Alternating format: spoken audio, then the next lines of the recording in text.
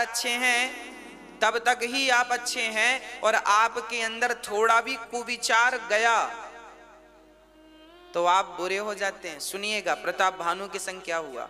प्रताप भानु बड़े अच्छे थे, अब वो आसपास के राजाओं को जीतने लग गए। चलो अच्छा था, पहले के राजा महाराजा युद्ध करते थे, वो अपने आप को सर्वश्रेष्ठ कहलाना चाहते थे, राजाओं से युद्ध करते, सबको पछाड़ देते, इतने बलवान थे प्रताप भानु, तेजस्वी थे, कोई राजा टिकता ही नहीं था उनके सामने।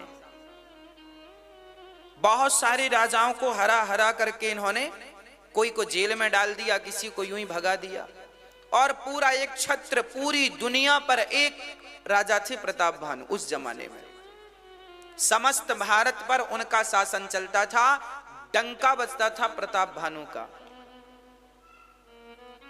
एक दिन प्रताप भानु जंगल शिकार खेलने चले गए।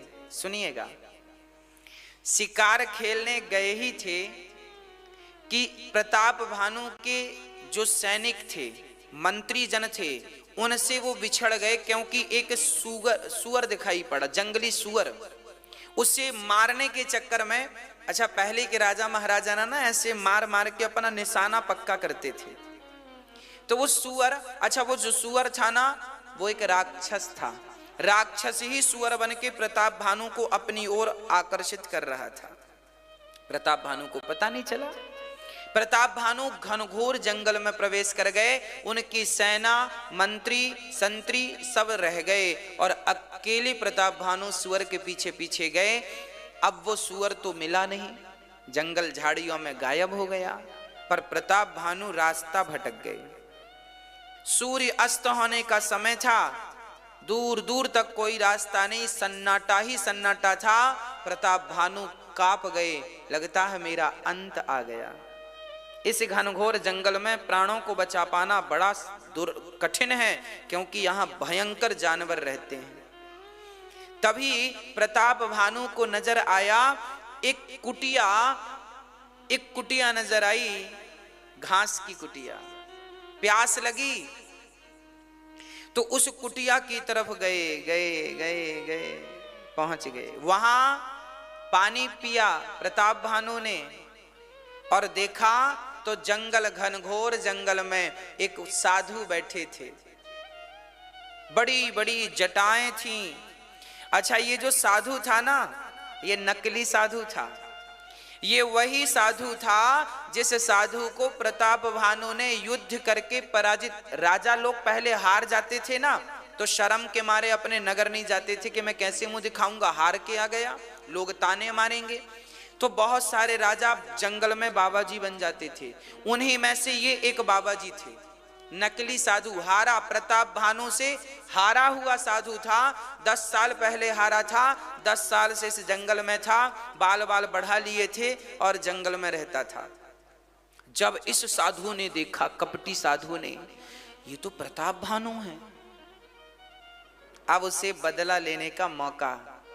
याद रखियो मेरी माँ, ये शास्त्र हमें कुछ सिखा रहे हैं। जीवन में दो लोगों को कभी कमजोर नहीं समझना चाहिए। पहला अपने रोग को, रोग, और दूसरा शत्रु, दुश्मन। शत्रु से सदा सावधान और रोगों से सदा सावधान। रोग पिछले महीने हुआ था, अब ठीक हो गया है, फिर भी सावधान रहना, फिर से पनप सकता है। इसलिए उसे समूल जड़ से नष्ट करने का प्रयास करना चाहिए। इसलिए शास्त्र सावधान करते हैं, बिल्कुल सावधान। अपने शरीर का भी हाल चाल देखते रहो, कहाँ क्या गड़बड़ हो रहा है, किस अंग में प्रॉब्लम चल रही है, तुरंत डॉक्टर को दिखाओ, तुरंत उसका इलाज कराओ, देर ना करो। पहले के लोग बड़े आलसी होते थे, बुखार आज चढ़ी है, चलो कल तक उतर जाएगी, कल भी नहीं उतरी, चलो परसों उतर जाएगी, अब चलो 5 दिन हो गए, अब डॉक्टर को दिखाते हैं। जब तक दिखाए तब तक बहुत काम बिगड़ गया। रोग को हल्के में ना लो। तुरंत इलाज करो। शरीर में कोई भी बीमारी है तुरंत डॉक्टर से परामर्श करो, उचित डॉक्टर से मिलो, अच्छे डॉक्टर से। दुश्मन देखो बैठा था प्रताप भानु का इंतजार करने जंगल में, और संयोग देखिए गोस्वामी जी तो दोहा लिख रहे हैं, तुलसी जसी भवितव्यता तैसी मिलय सहाय, आपुन आवय ताहि पहीं ताहि तहां ले जाए। अभी मैं इसका अर्थ आगे करूंगा। जब प्रताप भानु वहां गए तो वो साधु कपटी पहचान गया, पर प्रताप भानु ना पहचान पाए कि ये वो कपटी साधु है। प्रताप भानु ने देखा कोई संत जंगल में हाथ जोड़ के खड़े हो गए, महात्मा जी आप इस घनघोर जंगल में रहते हैं कब से? तो देखो कपटी साधु ने अपना परिचय दिया। प्रताप भानु ने कहा आपका नाम क्या है? उन्होंने कहा हमारा नाम एक तनु है। एक तनु क्या ना अर्थ है इसका? बोले जब से सृष्टि बनी है तब से हमने दूसरा शरीर नहीं लिया, इसलिए एक तनु, एक तन में है, दूसरे तन में हम। देखो झूठ बोलने वाले भी छोटा मोटा झूठ नहीं बोलते, जब झूठ ही बोल रहे हैं तो बड़ा बोले। कह दिया कि जब से मैंने जन्म लिया है तब से मैंने दूसरा शरीर ग्रहण नहीं किया, इसलिए मेरा नाम एक तनु। अब प्रताप भानु तो बड़े आकर्षित हुए, वाह आप तो दिव्य महापुरुष हैं, आप तो बड़े दिव्य महापुरुष। अच्छा आप कब से हैं? बोले हमारे सामने सतयुग त्रेता द्वापर कलयुग कई बार बीत गए, हमारे सामने सारे युग बीत गए।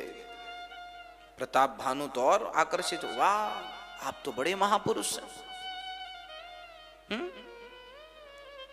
बड़े महापुरुष हैं।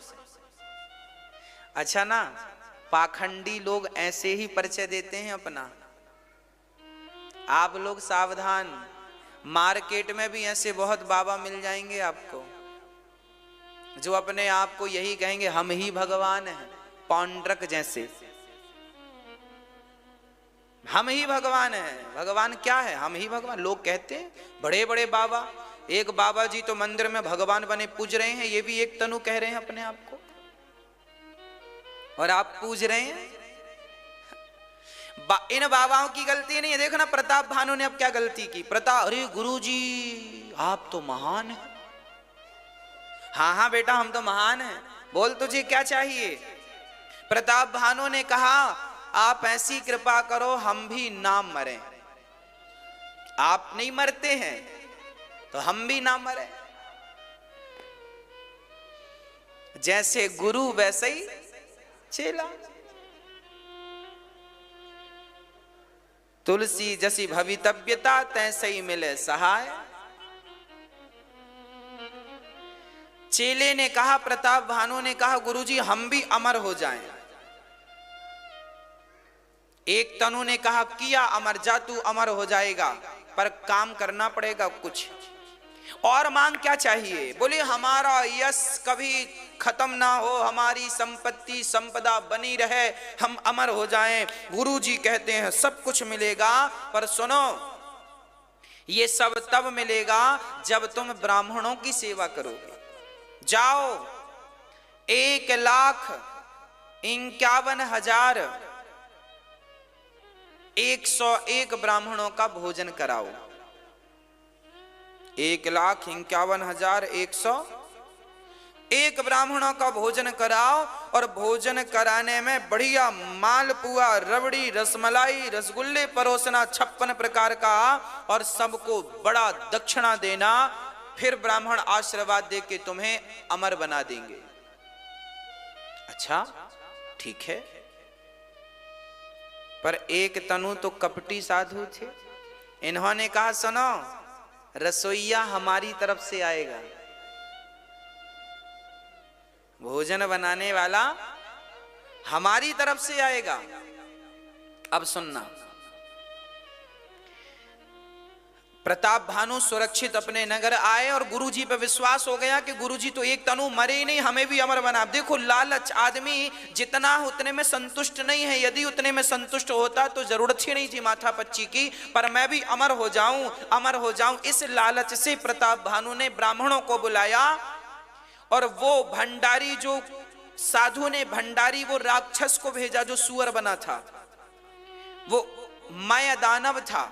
वह दानव ने भोजन में ब्राह्मणों का मांस परोस दिया। प्रताप भानु को लगा भंडारी हमारे गुरुजी भेजे हैं तो बढ़िया बनाएंगे, सामग्री दे दी। पर उसने गाय का मांस, बकरे का मांस और ब्राह्मणों को मार मार के, ब्राह्मणों का मांस पका के, और ब्राह्मण जब भोजन करने बैठे तो ब्राह्मणों की थाली पे ब्राह्मणों का मांस परोस दिया, गाय का मांस परोस दिया। और ब्राह्मण बड़े अच्छे थे। ब्राह्मणों ने कहा प्रताप भानु तो धर्मात्मा राजा है, ये तो बढ़िया खवाएगा। ब्राह्मण खाने ही वाले थे। अच्छा, भोजन बनने के बाद पता नहीं चला कि यह मांस है ना भाई। कोई बहुत विद्वान व्यक्ति के घर हम जाएं, पंडित समझदार व्यक्ति के घर जाएं, धर्मात्मा के घर, तो हम ये थोड़ी उम्मीद करेंगे कि वो हमें मांस परोसेगा। हमें तो यही लगेगा बढ़िया 56 भोग परोसेगा। सारे ब्राह्मण भोजन पर बैठे हैं, 1.5 लाख ब्राह्मण भोजन पर बैठे हैं, और प्रताप भानु के भंडारी ने क्या परोस दिया? मांस परोस दिया। ब्राह्मण खाने वाले थे, पर वो ब्राह्मण बड़े तपस्वी थे। उन ब्राह्मणों का सत्य नष्ट ना हो जाए। यदि मांस खा लेंगे तो उनका सत्य नष्ट हो जाएगा। तब आकाशवाणी हो गई। देखो उस जमाने में देवता, जब आप अपने धर्म की रक्षा करते थे ना, तो धर्म भी आपकी रक्षा करता था। धर्मो रक्षति रक्षिता। तब आकाशवाणी हो गई, ब्राह्मणों ये भोजन उचित नहीं है, इसमें ब्राह्मणों का मांस है। अब सारे ब्राह्मण खड़े हो गए और आग बबूला हो गए। अरे धर्म राजा प्रताप भानु, तुमने हमारा धर्म नष्ट करने के लिए बुलाया? जाओ, हम सभी ब्राह्मण तुम्हें श्राप देते हैं, तुम राक्षस हो जाओ। क्या बन गए? राक्षस। वही प्रताप भानु ब्राह्मणों के श्राप के कारण रावण बना। अब सुनिएगा, प्रताप भानु राक्षस क्यों बने? क्योंकि उनके अंदर लोभ आ गया। क्या आ गया? लोभ। पाप के बाप का नाम क्या है? पाप के पापा का नाम। पाप की शुरुआत कहां से होती है? लोभ से। कोई आपसे पूछे कि पाप का बाप कौन है, तो पाप का बाप है लोभ। विचार करके देखो कि हमारे भीतर लोभ ना हो, आपके भीतर लोभ ना हो, तो आप कौन सा पाप करेंगे? करेंगे? आज लोग मर्डर कर रहे हैं, पीछे लोभ है। सुपारी मिलती है, पैसा मिलता है, लोग मर्डर कर देते हैं। हाँ, होता है कि नहीं? आज दुष्कर्म होते हैं, वो भी एक लोभ है। उन्हें सुख मिलता है उस काम से तो करते हैं। मतलब हर कार्य के पीछे, हर बुराई के पीछे हम, अब आप बताना, आप झूठ बोलते हैं तो किस लिए? आपके अंदर यदि लोभ ना हो तो क्या आप झूठ बोलेंगे? मतलब आपके भीतर यदि लोभ आ गया ना मेरी मां, तो आप पाप करने लग जाएंगे। यदि पाप को मिटाना है तो पाप को मत मिटाओ, अपने लोभ को मिटा दो, पाप अपने आप मिट जाएगा। पाप का तो कोई अस्तित्व ही नहीं है। पाप की मूल तो लोभ है, लोभ मिटा दो, खत्म। एक बहुत बड़े पंडित जी थे, काशी से पढ़ करके अपने गांव लौट रहे थे। चलते चलते चलते चलते थक गए। पहले के लोग लगभग पैदल ही चलते थे या बैलगाड़ी से। एक ब्राह्मण बालक काशी में पढ़कर बड़ा विद्वान होकर के अपने पिता के घर चला, गांव चला, तो रास्ते में थकावट लगी तो बैठ गया। एक सुंदर सा घर दिखाई पड़ा, पानी मांगा, भैया पानी मिलेगा। एक सुंदर सी महिला अंदर से आई, गिलास में पानी लाई और वो पानी से भरा गिलास ब्राह्मण ने पिया। और जब पानी पिया तो पंडित जी ने पूछा ये घर किसका है? बोले वैश्या का घर है। पंडित जी ने पूरा पानी बाहर करने का प्रयास, ए बाहर निकल, वैश्या का पानी पी लिया मैंने। वैश्या बोली पंडित जी अब पानी बाहर नहीं आएगा, अब आप पी लिए हैं तो पी लीजिए। पंडित जी बोले, वैश्या बोली बैठ लो, गर्मी बहुत है, 5-10 मिनट रेस्ट कर लो, चले जाना। पंडित जी बोले तुम्हारे पानी पिला दिया, हमको बताना ना चाहिए था कि ये वैश्या का घर है। तुम वैश्या हो? हाँ हम वैश्या हैं।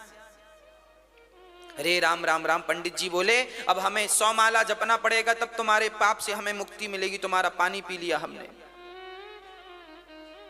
वैश्या बोली गुरुजी थोड़ा सा भोजन भी कर लो। अरे राम राम राम राम राम, तेरे घर भोजन करेंगे? वैश्या के घर खाएंगे क्या हम? हमारा धर्म नष्ट करना चाहती हो क्या? हम ब्राह्मण हैं, तुम्हारे यहां नहीं खाएंगे। तुम गलत तरीके से पैसा कमाती हो, हम तुम्हारा पैसा स्वीकार नहीं करते। तब तक वो वैश्या एक सोने की मोहर लेके आई। बोले पंडित जी पैदल कब तक जाओगे? पैसे वैसे हैं? पंडित जी ने कहा पैसे तो नहीं, सुनो ये मोहर रख लो, और यदि आप हमारे घर केवल 1 रोटी खाएंगे ना तो हम आपको 2 मोहर देंगे। पंडित जी बोले विचार करे, अच्छा ठीक है ठीक है ठीक।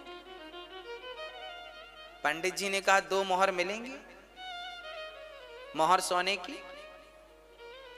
वैश्या ने भी कहा पैदल जाओगे, मोहर होंगी तो भाई रिक्शे से चले जाओगे, तांगा वांगा चलते थे उस जमाने में, पैसे होंगे तो तांगा मिलेगा, नहीं तो पैदल चलो। पंडित जी बोले अच्छा ठीक है 1 ही रोटी खाऊंगा। हाँ खा लेना, पर वो भी अपने हाथ से बनाऊंगा। हाँ हाँ पंडित जी बोले ठीक। वैश्या बोली ठीक है। वैश्या ने आटा, चूल्हा, बर्तन सब दे दिए। पंडित जी ने आटा लगाए और रोटी लगाने। वैश्या बोली सुनो आपके हाथ इतने कोमल हैं, कहां परेशान हो रहे हो? मैं आपको 5 मोहरें दूंगी यदि आप मुझे अवसर देंगे रोटी बनाने का। पंडित जी ने कहा 5 2 7, जल्दी पहुंच जाऊंगा काम। वैश्या ने कहा तुमने कपड़े बड़े फटे पहन रखे हैं, अरे धोती वोती खरीदना, कुर्ता उर्ता बढ़िया ले लेना, 2 पैसे रहेंगे, बुराई क्या है? और तुम तो कह रहे हो कि 200 माला जपोगे तो तुम्हारा पाप, तो खाने का 1000 माला जप लेना, पाप खत्म। पंडित जी बोले बात ठीक कह रही हो, ठीक है अच्छा तुम बना दो। वैश्या रोटी बनाने लगी, पंडित जी टुकुर टुकुर देख रहे हैं। अब जब रोटी बनी तो वैश्या ने कहा सुनो हम अपने हाथ से खिला दें? पंडित जी बोले ना तेरे हाथ से नहीं खाएंगे हम। खा लो, 10 मोहर मिलेंगी, 10 मिलेंगी 10। पंडित जी बोले जब इतना पाप हो ही रहा है तो फिर इतना और।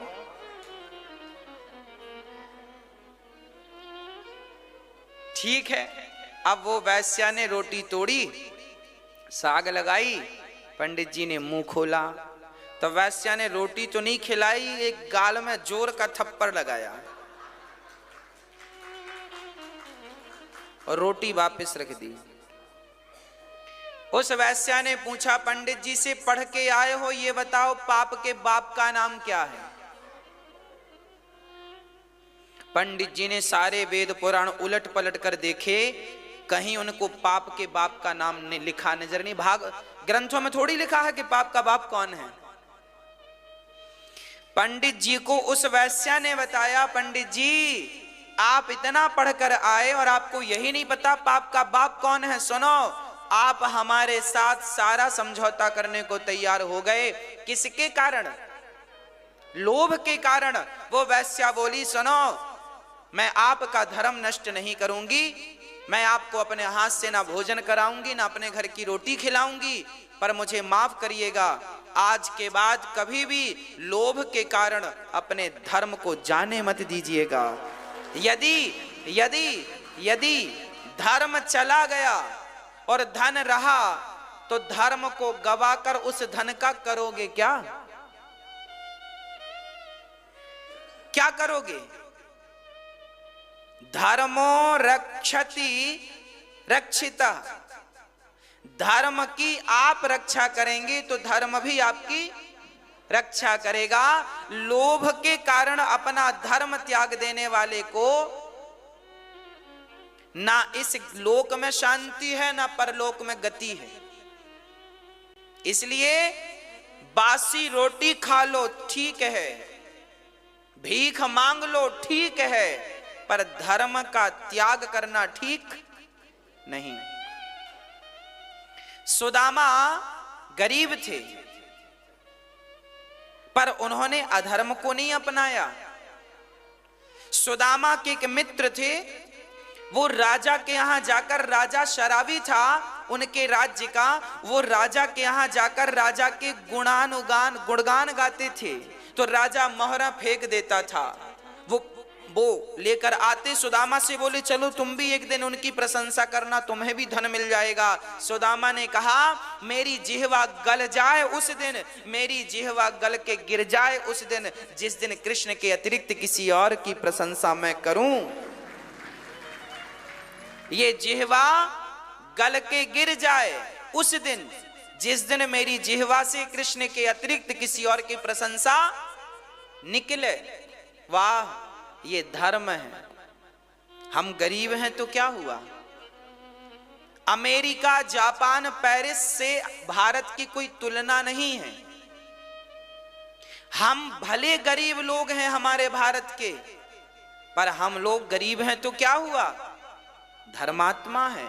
हम अपने धर्म पर अडिग रहने वाले लोग हैं, हम धर्म का त्याग करने वाले नहीं हैं।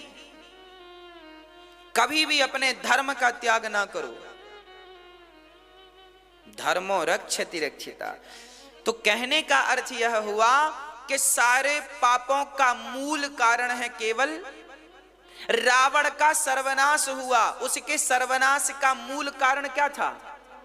सीता को चुराया, मतलब लोभ था, हाँ या ना?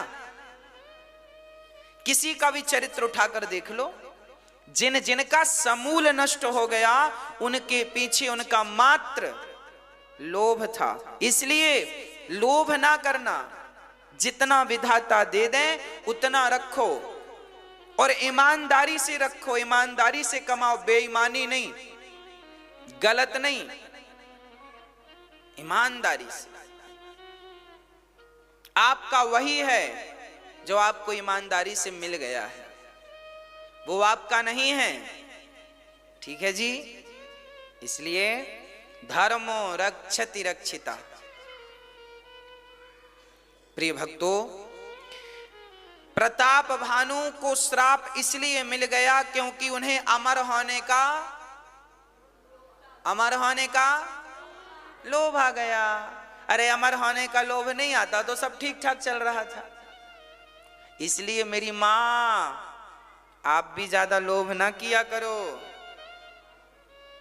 आप भी ज्यादा लोभ ना किया करो। जितना मिल जाए भगवत कृपा मान लेना चाहिए।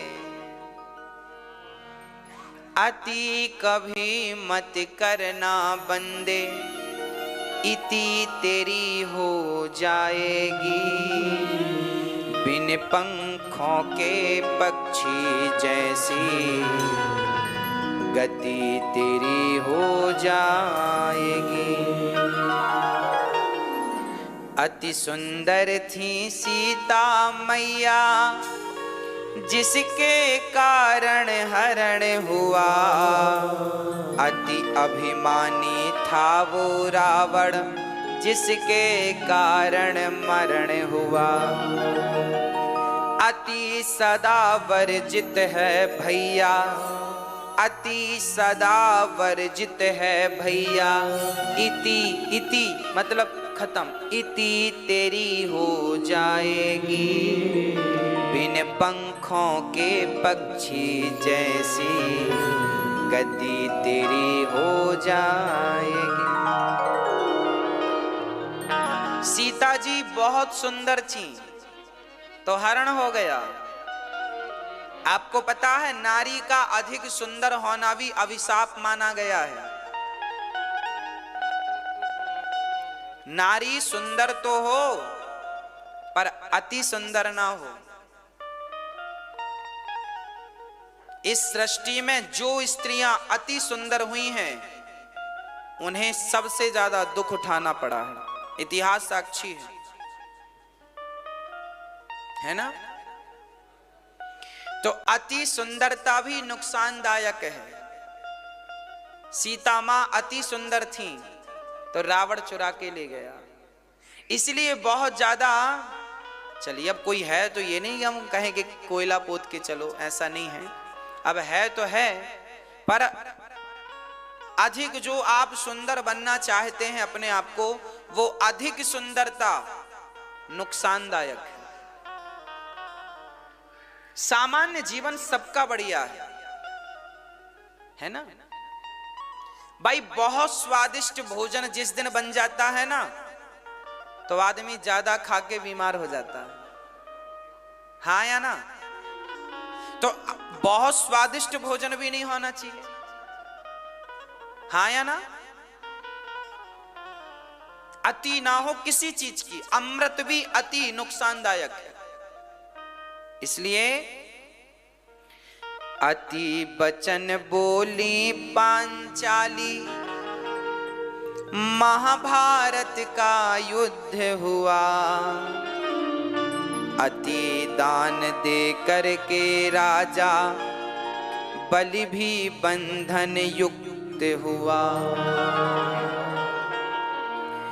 अति विश्वास न करना बंदे, अति विश्वास न करना बंदे, मति तेरी फिर जाएगी बिन पंखों के पक्षी जैसी, गति तेरी हो जाएगी। अति वचन बोली पांचाली, महाभारत का देखो, अति वचन भी ना बोलना। मौन रहो तो ही अच्छा है, कम से कम विष मत घोलो। बोलो यदि पहले तुम तौलो, फिर मुख को खोला करना। पुष्प नहीं बन सकते हो तो कांटे बनकर मत रहना। कहने का अर्थ यह हुआ, अति ना बोलना, उतना ही बोलना जितनी की जरूरत हो। मैया, ओ मेरी मां, हो गई पंचायत? हाँ, और कर लो। अति बातें ना हो, अति वचन बोली पांचाली, ज्यादा ना बोला करो। हमारी माताएं कुछ भी बोल देती हैं अपनी बहू से, हमसे नहीं। तेरे बाप ने ये सिखाया है क्या, तेरी माँ ने ये सिखाया। हमारी माताएं बात बात में ताने बड़ा मारती हैं और सीधे माँ बाप पर जाती हैं, और यही फिर बुढ़ापे में तुम्हें दुखदाई बनता है। अच्छा मार लो ताने, बहू भी सो आएगा बुढ़िया का बुढ़ापा, तब देखेंगे। जाओगी कहां?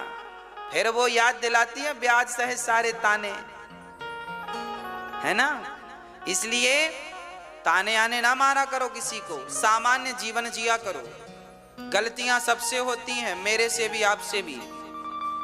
बेटी की तरह बहू को रखो, माँ की तरह सास को रखो, और प्यार से। सबसे गलतियां होती हैं, स्वीकार करो और सुधार करो, खत्म बात।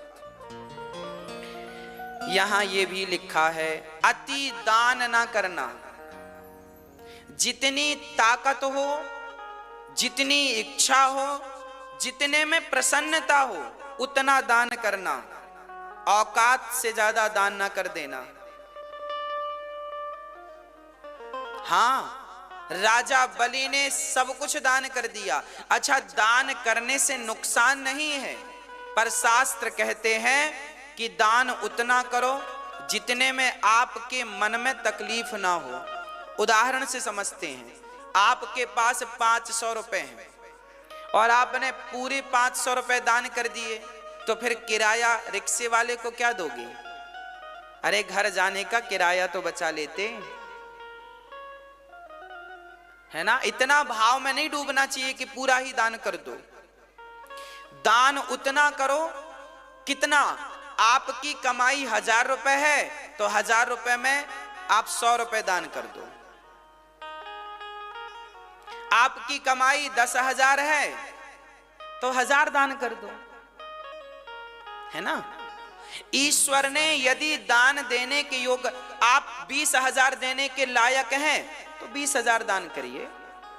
अब ऐसा ना हो आपके खाते में 50,000 पड़े हैं और आपने पूरी 50,000 दान कर दिए, ना, गलत हो जाएगा। कल को आपको जरूरत पड़ गई तो कहां हाथ पसारोगे? इसलिए 50,000 पड़े हैं तो जो उचित है वो दान कर दो। 10,000 दान करो, 20,000 दान करो। भगवान ने तुम्हें लखपति बनाया है, करोड़पति बनाया है, तो फिर आप लाखों भी दान करो, कोई फर्क नहीं पड़ता।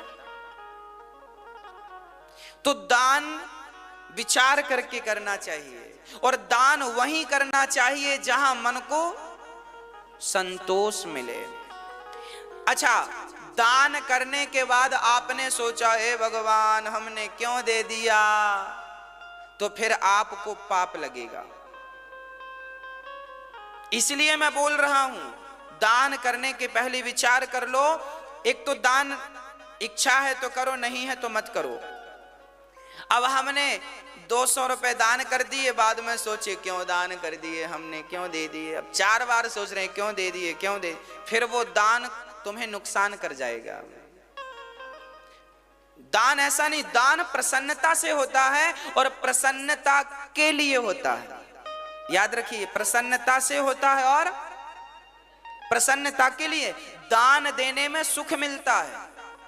आप कभी दान देकर देखिएगा, जब यहां अन्य क्षेत्र में लोग आते हैं ना, और जब लोग अपने हाथ से रोटियों का दान करते हैं ना अन्य क्षेत्र में, तो लोगों का मन ये होता है कि भगवान हमें ऐसा बनाए कि जीवन भर हम ही अन्य क्षेत्र करते रहें। मतलब दान देने से ना खुशी मिलती है। आप कभी किसी को एक रोटी खिलाकर देखिएगा, मुझे अनुभव है इस चीज का। मैंने जीवन में इतना सुख कभी नहीं पाया जितना सुख मैं रोटी देकर पाता हूं। दान देने में सुख है। हाँ, इसलिए आप आया करो, यहाँ अन्य क्षेत्र चलता है। आप जो दान करते हैं उस दान से यहाँ पर साधु संतों को, जरूरतमंदों को, हजारों लोग अन्य क्षेत्र का प्रसाद पाते हैं, बढ़िया प्रसाद पाते हैं। और आप भी आया करो, आप भी अन्य क्षेत्र का दर्शन किया करो, तो आपका मन। अच्छा, आप लोग जो दान करते हैं, आप लोगों को तसल्ली होती है कि नहीं दान देने के बाद? आपको ऐसा तो नहीं लगता महाराज जी सब रख लेते हैं, है ना? आपसे मैं विश्वास से कहता हूं, आप जितना दान करते हैं ना, उसमें और 1 रुपए जोड़ करके और उसे मैं सेवा में ही लगाता हूं। मेरी मां, मुझे पता है कि जब मैं मरूंगा तो मेरे शरीर के कपड़े भी उतार लिए जाएंगे, बस 1-2 गज टुकड़ा कफन का ही पड़ता है ऊपर। मुझे पता है, मैं जानता हूं, मैं रोज सुनता हूं कि कोई शहर में कोई मर गया, कोई शहर में कोई मर गया। रोज मुझे यही लगता है एक दिन अपनी भी खबर सब जगह जाएगी कि फलाने जी मर गए, है ना। इस सच्चाई को मैं जानता हूं, इस सच्चाई को मैं स्वीकार करता हूं कि मुझे भी एक दिन अर्थी पर लेटना पड़ेगा।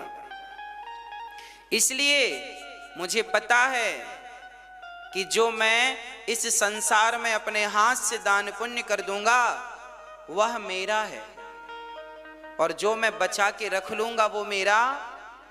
इसलिए आप जो देते हैं मेरी माँ भक्तों, उसमें और जोड़ करके उसे माँओं की सेवा में लगाया जाता है। आप कभी अन्य क्षेत्र आना और अन्य क्षेत्र में भोजन करके देखना, आप अपने घर पे भी वो चावल नहीं बनाते होंगे जो चावल यहाँ अन्य क्षेत्र में लोगों को बांटा जाता है। आप अपने घर पे भी ऐसी साग सब्जी नहीं बनाते होंगे। मुझे ये लगता है कि यहाँ पर भगवान खाने आते हैं। मैं ये भाव से अन्य क्षेत्र में जाता हूँ कि यहाँ जितने लोग प्रसाद पाते हैं ये भगवान है, और भगवान को तो अच्छे से अच्छा भोजन पवाना चाहिए ना। इसलिए अन्य क्षेत्र में जितने साधु संत जरूरतमंद प्रसाद पाते हैं, मेरा ये भाव होता है कि यह भगवान है। मैं पूजा नहीं करता मेरी माँ, मैं तो इनकी सेवा ही पूजा समझता हूँ। सुबह 8 बजे से कभी बंदरों की सेवा की पूजा है ना, तो कभी इन भक्तों को भोजन की पूजा है। इनको जब पेट भर के भोजन करा देते हैं तब मन को संतोष हो जाता है, चलो आज का दिन अच्छा गुजर गया, किसी के काम आया। हमारी मेहनत किसी के काम आ जाए, हमारी वाणी किसी के काम आ जाए, हमारा कार्य किसी के काम आ जाए, बस। मैं लोगों को देखता हूँ, मैंने एक सज्जन को देखा, उनके हाथ काम नहीं कर रहे थे, ये वाला हाथ काम बिल्कुल नहीं कर रहा था। मैं डर गया, मैंने कहा हे बेटा, मैंने कहा हे भगवान देखो तो इनका हाथ काम नहीं कर रहा है। मैंने पूछा भैया कब से काम नहीं कर रहा है? बोले 1 साल से। मैंने कहा जब काम कर रहा था तब तुमने कौन सा काम किया? रोने लग गए। जब काम कर रहा था ना ये हाथ, तब किसी को इस हाथ से रोटी नहीं दी। तो भगवान को भी लगा बेकार है, तो काम ही करना बंद कर दिया। तो मैं निवेदन करता हूं कि जब तक हमारी ये उंगलियां, हमारा ये हाथ काम कर रहा है ना, तब तक अपने हाथ से सेवा कर लो, माँओं के चरण दबा लो, माँओं की सेवा कर लो। बूढ़ी बूढ़ी माताएं आती हैं मेरे पास, माएँ आती हैं, रोती हैं, बेटे ने निकाल दिया, बहू ने निकाल दिया, बड़ा कष्ट है, बड़ी पीड़ा है, बड़ी परेशानी है। भक्तों, अब माएँ इतनी अधिक मात्रा में अब आने लगी हैं कि ये जो आश्रम बना है ना, छोटा पड़ गया। इसलिए मैं आपसे हाथ जोड़ के निवेदन करता हूं कि आपका इतना सा सहयोग किसी माँ को रहने की सुविधा देगा, किसी माँ को भोजन की व्यवस्था देगा, एक दूसरा आश्रम और बड़ा इससे कई गुना बनेगा, जहाँ पर वृद्ध माएँ बहुत सुकून से रहेंगी और पिताजन भी रहेंगे, और एक हॉस्पिटल भी बनेगा जहाँ सबकी निःशुल्क दवाई होगी।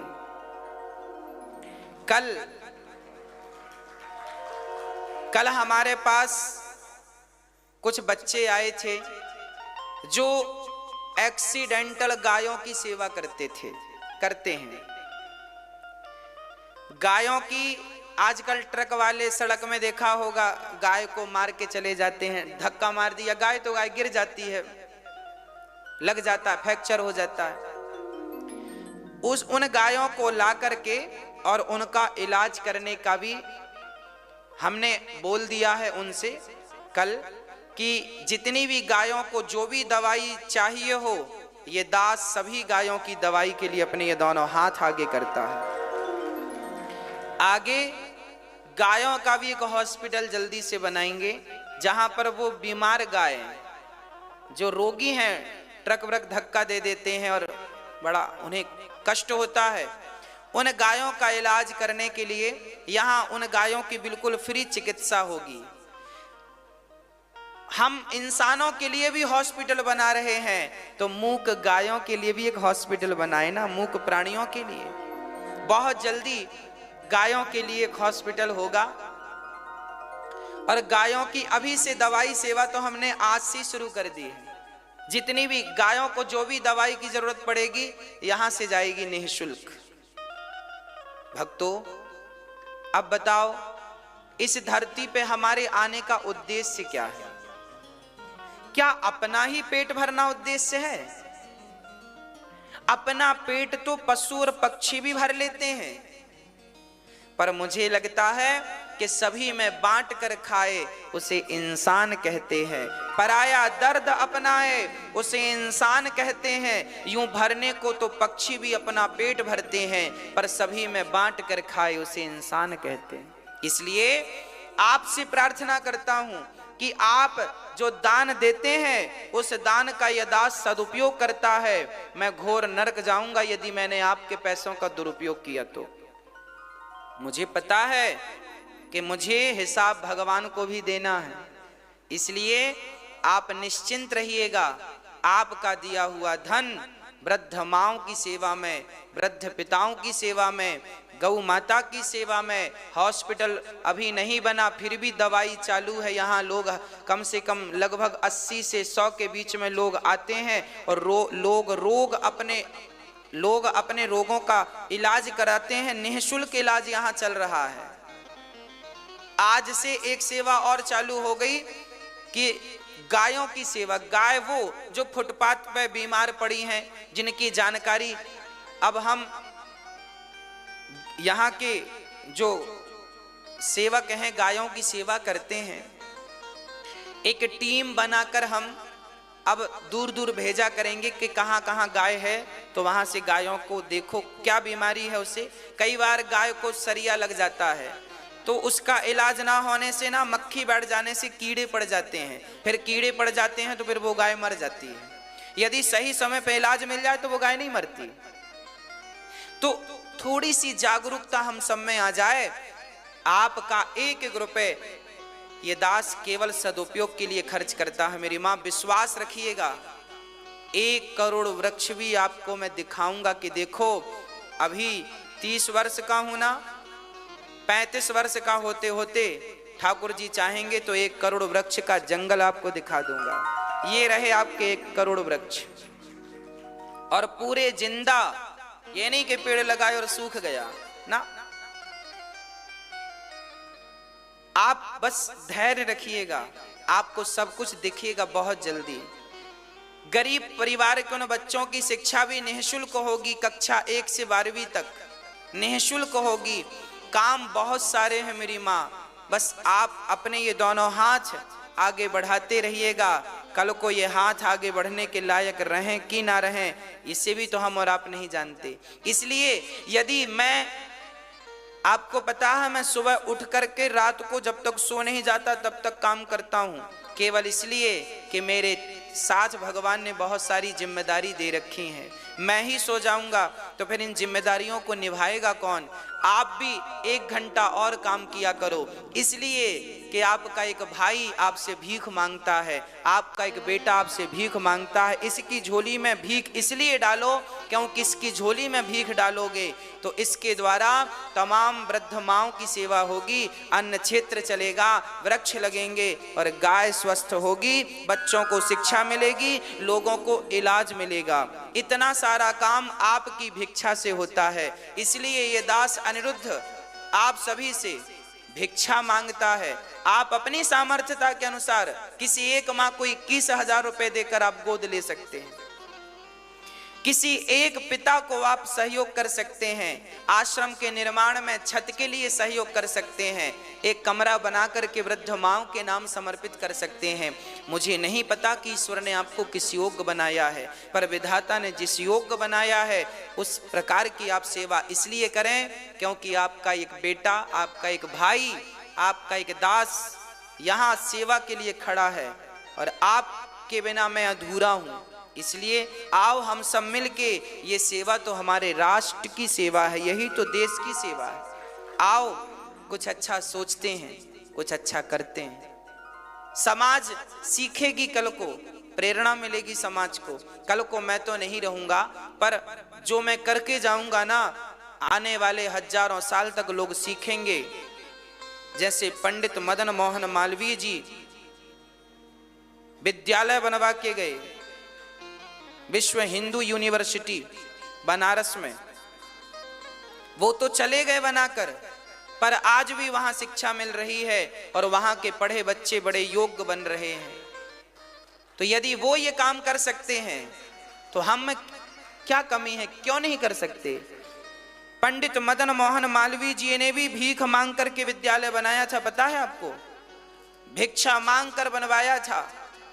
एक राजा के द्वार पर पंडित मदन मोहन मालवीय जी मांगने गए कि भाई हम यूनिवर्सिटी बनवा रहे हैं, हमारे भारत के बच्चों को अमेरिका, जो सपना मेरा है वही सपना वो देखा करते थे कि मेरे भारत के बच्चे अमेरिका पढ़ने ना जाएं, ऐसी विद्या मैं यहाँ दूं ताकि हमारे भारत के बच्चे भारत में पढ़ें। अमेरिका में पढ़ेंगे तो अमेरिका का कल्चर सीख के आएंगे, फिर भारत के कल्चर को दूषित करेंगे। आज लोग कहते हैं ना भारत में कुछ नहीं है, भारत में कुछ नहीं है, ये वही लोग कहते हैं जो भारत में पढ़े ही नहीं। पढ़े होते तो अपनी माटी को गाली ना देते। अरे भारत जैसा कहां पाओगे, भारत जैसा सुख कहां पाओगे। पंडित मदन मोहन मालवीय जी ने सपना देखा था, मैं यूनिवर्सिटी बनाऊंगा और भारत के बच्चों को, भारत में आज विदेशों के लोग भी वहां पढ़ने आते हैं। काशी में यूनिवर्सिटी है, आपने सुना होगा, विश्व हिंदू यूनिवर्सिटी, BHU बोलते हैं शॉर्ट फॉर्म में। पंडित मदन मोहन मालवीय ने इतनी बड़ी यूनिवर्सिटी बनाई, सब प्रकार की भाषाओं की पढ़ाई होती है, सब प्रकार की PhD वहां पर अवेलेबल है, उपलब्ध है। उन्होंने भीख मांगकर वो यूनिवर्सिटी बनवाई थी। एक राजा के पास मांगने गए, भैया हम यूनिवर्सिटी बना रहे हैं, कुछ दान करो। तो राजा ने जूता फेंक के मारा था। पंडित मदन मोहन मालवीय को राजा ने अपना जूता सिंहासन से फेंक कर मारा। भिख मंगे आ गए भीख मांगने। तब पंडित मदन मोहन मालवीय जी ने राजा के जूते को उठाकर अपने हाथ से लेकर कहा, राजा साहब मैं बड़ा प्रसन्न हूं, आपके द्वार पर आया और आपने मुझे निराश नहीं किया। कोई बात नहीं, किसी ने धन दिया, उनके पास धन था तो धन दिया, आपने जूता दिया है, कोई बात नहीं, मैं इसे संभाल के रखूंगा, मैं इसकी नीलामी करके और मैं धन इकट्ठा करके मैं उसमें लगाऊंगा। और वो चौराहे पर गए और नीलामी कर दी। राजा का जूता है, कौन कितने में खरीदेगा। लोग आ गए, बोली लग गई, ये जूता इतने का। राजा को खबर लगी, राजा दौड़े दौड़े आए, पंडित मदन मोहन मालवीय जी को प्रणाम किया। क्षमा कीजिएगा, आप जैसे महापुरुष का हमने अपमान किया। बहुत सारा धन देकर के उनसे माफी मांगी और उस धन को पंडित मदन मोहन मालवीय जी ने BHU बनवाई। पंडित मदन मोहन मालवीय जी अब नहीं रहे, पर वो BHU आज भी है, उनकी यूनिवर्सिटी आज भी है और हमारे और आपके बच्चों के लिए है। उसी प्रकार कल को हम नहीं रहेंगे, पर हमारे द्वारा बोया गया धर्म का बीज जरूर रहेगा और वो समाज को प्रेरणा देता रहेगा, समाज को प्रेरित करता रहेगा। इसलिए कहता हूं कि आपका एक छोटा सा सहयोग बहुत बड़ी क्रांति लेकर आने वाला है भारत में। मैं आपको विश्वास दिला दूं कि ये जिस प्रकार की शिक्षा भारत में चल रही है, हम जब शिक्षा देंगे यहां तो भारत गर्व करेगा कि वाह ये विद्यालय है। गरीब से गरीब व्यक्ति का बालक निःशुल्क पढ़ेगा और अच्छी से अच्छी पढ़ाई पढ़ेगा। अभी तो विद्यालय बनाऊंगा, ठाकुर जी और आपका प्रेम बना रहा तो मैं यूनिवर्सिटी भी बनेगी आगे। हाँ, जैसे पंडित मदन मोहन मालवीय जी ने बनवाई वैसे हम भी प्रयास करेंगे कि बने। अरे हम अपने महापुरुषों से कुछ तो सीखें, कुछ तो सीखें, यही तो भारत का ऋण है। यदि इस भारत की मिट्टी ने हमें रोटी दी है तो रोटी खा के मर जाओगे क्या, इसकी रोटी का कर्ज चुकाओगे नहीं। अरे रोटी का कर्ज कब चुकेगा, जब औरों को रोटियां बांटोगे तो रोटी का कर्ज चुक जाएगा। मैंने पढ़ाई की है, शिक्षा पाई है, तो इस शिक्षा का कर्जा मेरे ऊपर चढ़ा है। ये शिक्षा का कर्जा कब उतरेगा, जब मैं दीन दुखी गरीब बच्चों को शिक्षा दान करूंगा फ्री में, तब ये शिक्षा का कर्जा उतरेगा। मैं ऋणी होके मरना नहीं चाहता। मैं यदि पेड़ों से ऑक्सीजन लेता हूं, आपने भी ली है, मैं भी लेता हूं, मैं यदि ऑक्सीजन लेता हूं तो मेरा कर्तव्य है कि मैं ऑक्सीजन वापस करूं। और वो वापस कैसे करूंगा? 1 करोड़ वृक्ष लगाऊंगा। मैं 1 करोड़ वृक्ष लगाकर मैं ऑक्सीजन वापस करने का, मैं प्रकृति से जो लेता हूं मैं उसे वापस करने का विचार रखूं। यही है जीवन। हम लेते जाएं, वापस ना करें, ये तो चोरी हो गई ना।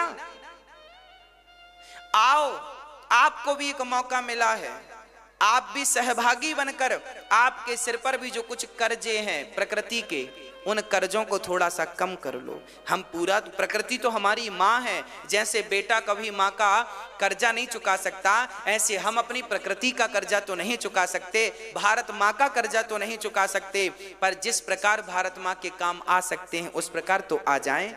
हाँ, आओ, हम काम आते हैं अपनी भारत माता के। अच्छे से अच्छा इलाज मिले लोगों को, वो भी निःशुल्क, ये व्यवस्था ये दास करना चाहता है। और उसके लिए आपसे हम भीख मांगते हैं।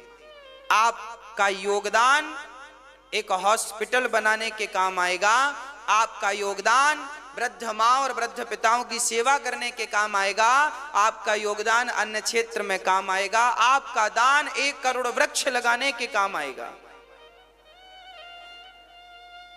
1 करोड़ वृक्ष लगाने के लिए जगह चाहिए, वो जगह भी हमें लेनी है, वो जगह भी हमें लेनी है। ऐसा नहीं किसी की भी जगह में पेड़ गाड़ देंगे तो वो निकाल फेंक देगा, उसके लिए जगह भी लेनी पड़ेगी। लंबा काम है, बस आप यूं ही जुड़े रहें, आशीर्वाद देते रहें, भगवान से प्रार्थना करते रहें। बिहारी जी सब सुन रहे हैं, और मेरा संकल्प यदि परमार्थ के लिए है तो मुझे विश्वास है कि कोई साथ दे ना दे, मेरे बिहारी जी मेरे साथ है, मेरे राम लला मेरे साथ हैं, क्योंकि मेरा हर कार्य, मेरे हर विचार केवल परमार्थ के लिए है। और मुझे तो विश्वास ये भी है कि आप सभी मेरे साथ हैं। हाँ, तो अति वचन ना बोलना, और ध्यान रखना कि किसी का दिल ना दुखे। प्रताप भानु को श्राप लगा, प्रताप भानु क्या बने? रावण बन गए।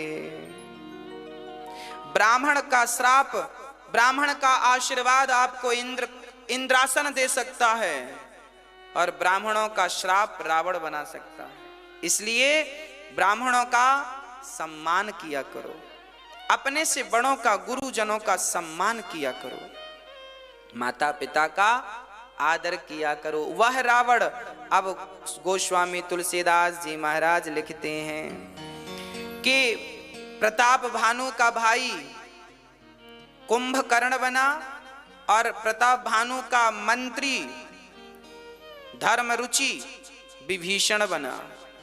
और गोस्वामी जी लिखते हैं तीनों ने तपस्या की। कुंभकर्ण, रावण विश्रवा पुत्र रावण बना, विश्रवा का पुत्र रावण, कुंभकर्ण और विभीषण। लोग कहते हैं कि विभीषण के पिता अलग है ना, विभीषण के पिता विश्रवा ही है, मां अलग है ना। तो रावण, कुंभकर्ण और विभीषण, जब इनका जन्म हुआ ये बड़े बलशाली थे। इन्होंने तपस्या की, एक घनघोर जंगल में तीनों भाइयों ने एक साथ तपस्या की। ब्रह्मदेवाय नमः, ब्रह्मदेवाय नमः। ब्रह्मा जी प्रसन्न हो गए। हाँ बेटा, वरदान मांगो, क्या चाहते हो? तो रावण ने वरदान मांगा, हम काहू के मरही न मारे।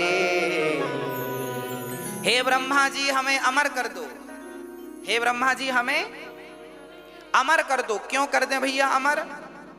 रावण बोला, हम काहू के मरही न, ऐसी कृपा करो कि हम किसी के मारे ना मरे। लो, ब्रह्मा जी बोले, हम ही अमर नहीं है, तुम्हें क्या अमर करें? हम ही अमर नहीं है। तो रावण बोला, फिर रावण बड़ा तपस्वी था। अच्छा, रावण के साथ एक समस्या थी, बेचारा करवट नहीं ले पाता था। पूछो क्यों?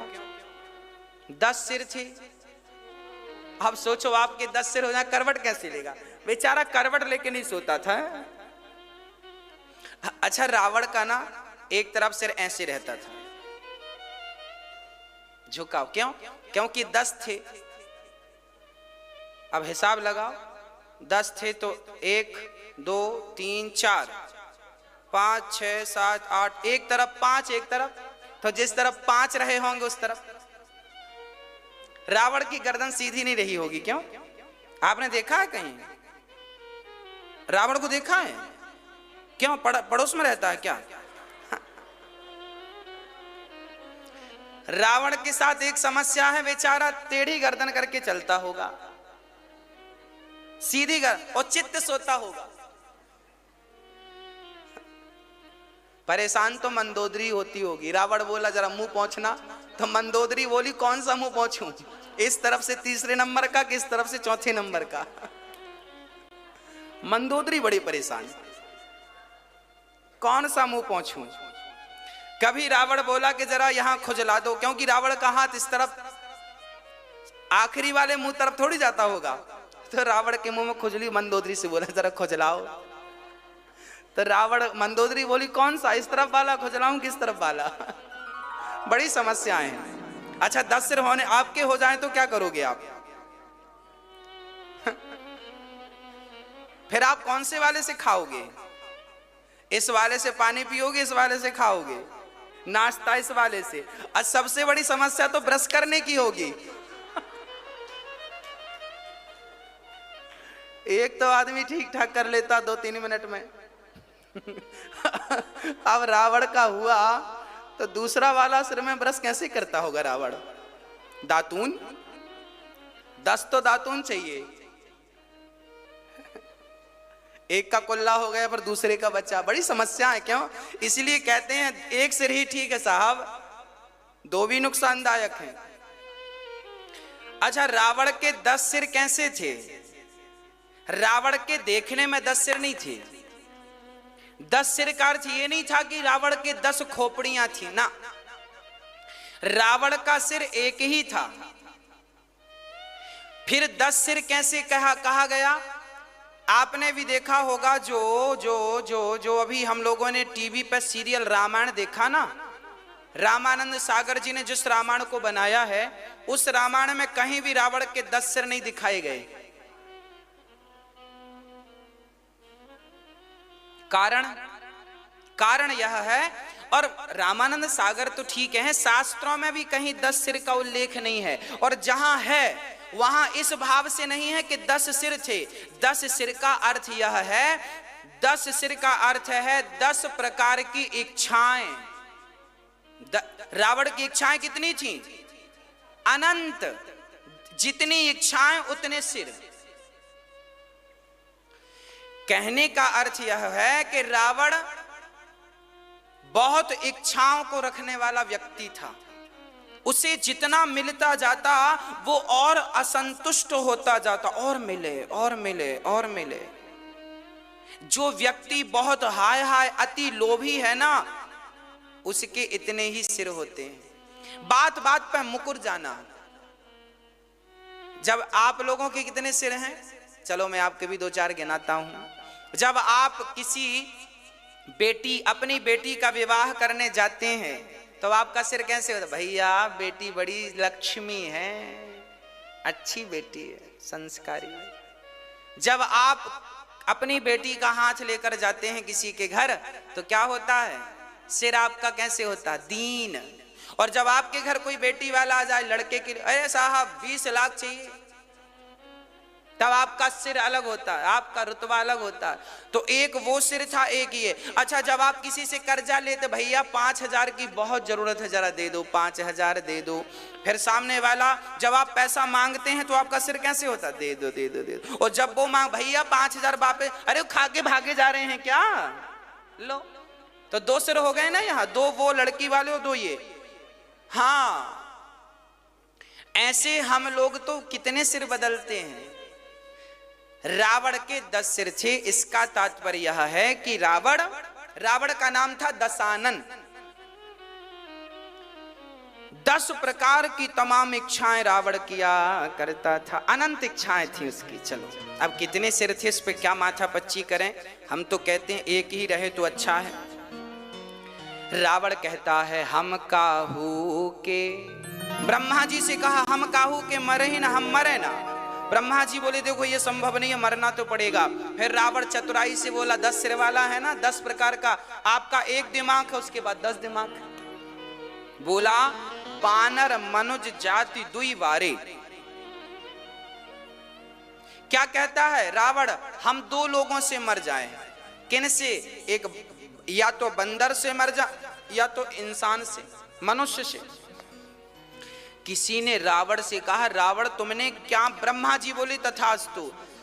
रावण से किसी ने कहा कितना मूर्ख है तू, अरे कोई ऐसे वरदान मांगता है? अरे बंदर और मनुष्य से मरने का कोई भी मनुष्य ठोक देगा। रावण बोला ऐसे थोड़ी ठोक देगा, बंदर तो हमें मार नहीं सकते क्योंकि हम तो उन्हें मार के खा जाते हैं। रही मनुष्यों की बात, तो रावण ने बोला है हम मनुष्य के हाथ मरेंगे। मनुष्य किसे कहते हैं? जिसके अंदर काम ना हो, क्रोध ना हो, लोभ ना हो, मोह ना हो, उसे मनुष्य कहते हैं। शुद्ध क्वालिटी का मनुष्य तो वही है ना। मनुष्य रावण बोला अब मैं मनुष्य किसी को रहने ही नहीं दूंगा। सबको रावण ने आज मनुष्य कौन है बताओ? हम मनुष्य हैं क्या? अरे हम भी 24 कैरेट के मनुष्य नहीं हैं, 100% तो हम भी मनुष्य नहीं हैं।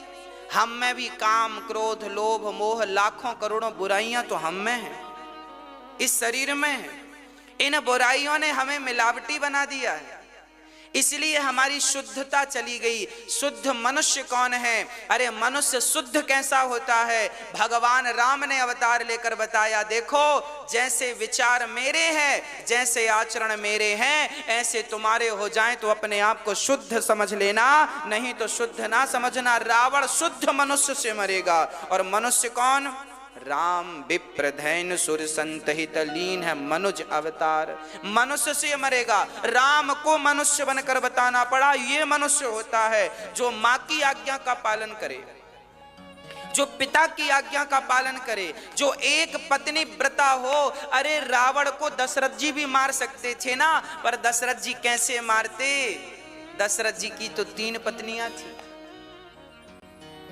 मनुष्य नहीं थे राम राम राम थे, पर राम जैसी मनुष्यता तो नहीं थी ना। राम जैसी मनुष्यता से ही रावण जैसा दैत्य मरेगा। इसलिए 2 लोगों से मरने का उसने कह दिया, मैं बंदर से मरूं या मनुष्य से मरूं। तब ब्रह्मा जी ने एवमस्तु कहा, ठीक है। अब कुंभकर्ण के पास ब्रह्मा जी गए, कुंभकर्ण को देखा, हे भगवान इतना बड़ा, ये तो 7 दिन में सारा संसार खा जाएगा। हम लोग पूरे दुनिया के लोग जितना 7 दिन में खाते हैं, इतना कुंभकर्ण 1 दिन में खा जाएगा। इतनी खुराक थी, इतना विशाल था।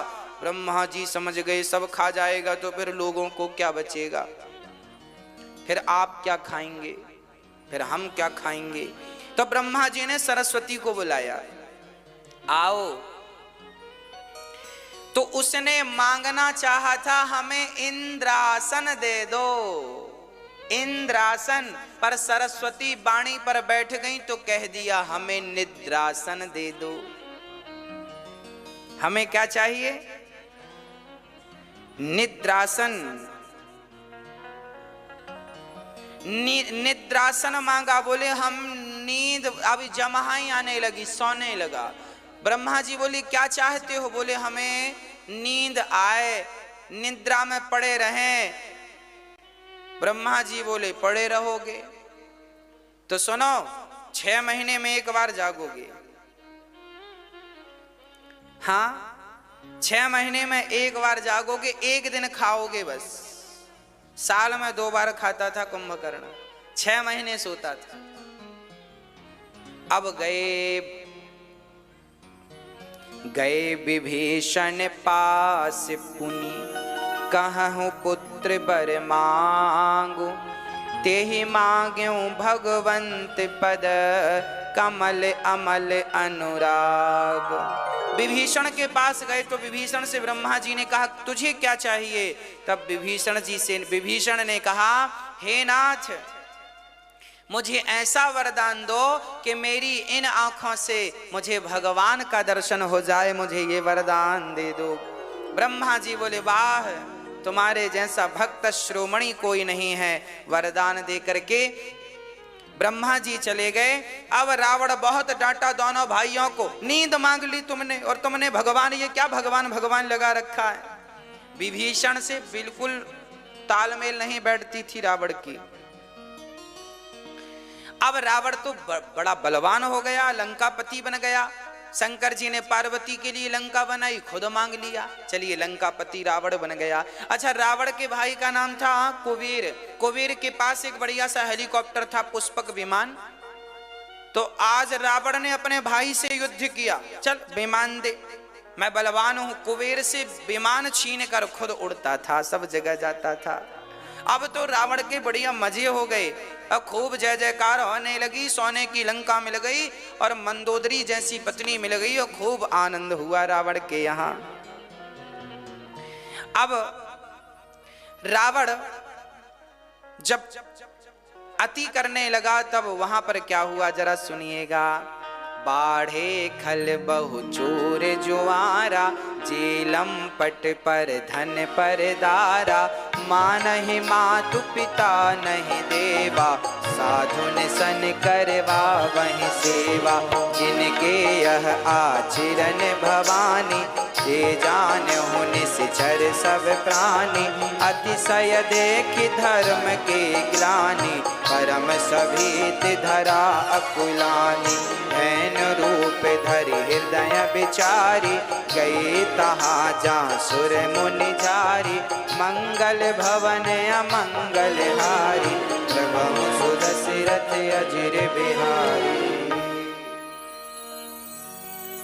रावण के राज्य में क्या हुआ जरा सुनिएगा। बाढ़े खल बहु चोर जुआरा, जे लंपट पर धन पर दारा, माँ नहीं मात पिता नहीं देवा, साधुन सन करवा वही सेवा।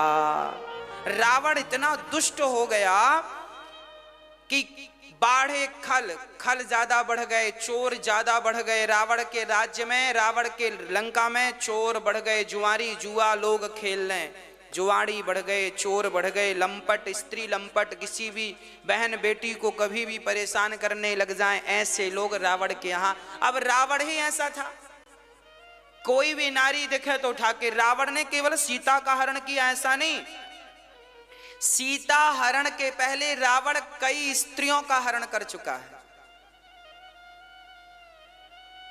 एक बार वेदवती का हरण करने गया था रावण। एक बार कमल के पुष्प पर एक सुंदर सी कन्या बैठी थी, बाल बिखरे थे, बड़ा सुंदर स्वरूप था। रावण गया और उस कन्या से, कुछ लोग उसे वेदवती कहते हैं, कुछ लोग उसे सत्यवती कहते हैं, उस कन्या के पास गया और रावण उसके केस पकड़ लिया और लाने लगा घसीट कर। तब उस कन्या ने अपने बल से केस छोड़ाकर रावण से कहा, मूर्ख, तूने मुझ पर दृष्टि डाली है, जा, तेरे विनाश का कारण मैं ही बनूंगी, और आज के बाद यदि तूने किसी स्त्री की मर्जी के बिना उसे पकड़ा, बस उल्टी गिनती उसी दिन से शुरू हो जाएंगी। रावण चरणों में गिर पड़ा, मां क्षमा कर दो, अपराध हो गया, हम तो आपको पहचाने नहीं, आप तो जगत जननी, हाँ जगत जननी है आप। तब रावण ने माफी मांगी तो वह नारी बोली, जिस नारी को तू हरण करेगा, यदि वो एक बार तेरी तरफ देख लेगी तो फिर तू अमर हो जाएगा। जिस नारी को तू उसकी मर्जी के बिना उठाकर लंका लाएगा, वो तेरी तरफ एक बार देख लेगी तो तू अमर हो जाएगा। वह नारी का श्राप रावण को याद था, और रावण जब सीता को चुरा कर लाया तो रावण रोज सीता के पास पुष्प वाटिका में सवेरे 5 बजे जाता था दर्शन करने, और क्या बोलता था, एक बार बिलोक मम ओरा, एक बार मेरी तरफ देख लो। रावण हाथ जोड़ के कहता था, सीता एक बार मेरी तरफ। सीता देखती नहीं। अच्छा रावण क्यों कहता एक बार मेरी तरफ देखो? रावण इसलिए कहता था मेरी तरफ एक बार देखो, क्योंकि वो जानता था कि यदि मेरे ऊपर एक बार इन्होंने दर्शन कर लिया, मेरी तरफ दृष्टि डाल ली, तो मैं इनकी दृष्टि पड़ते ही अजर अमर हो जाऊंगा। ब्रह्मा ने अमर नहीं बनाया, पर एक पतिव्रता नारी दृष्टि डाल दे तो अमर हो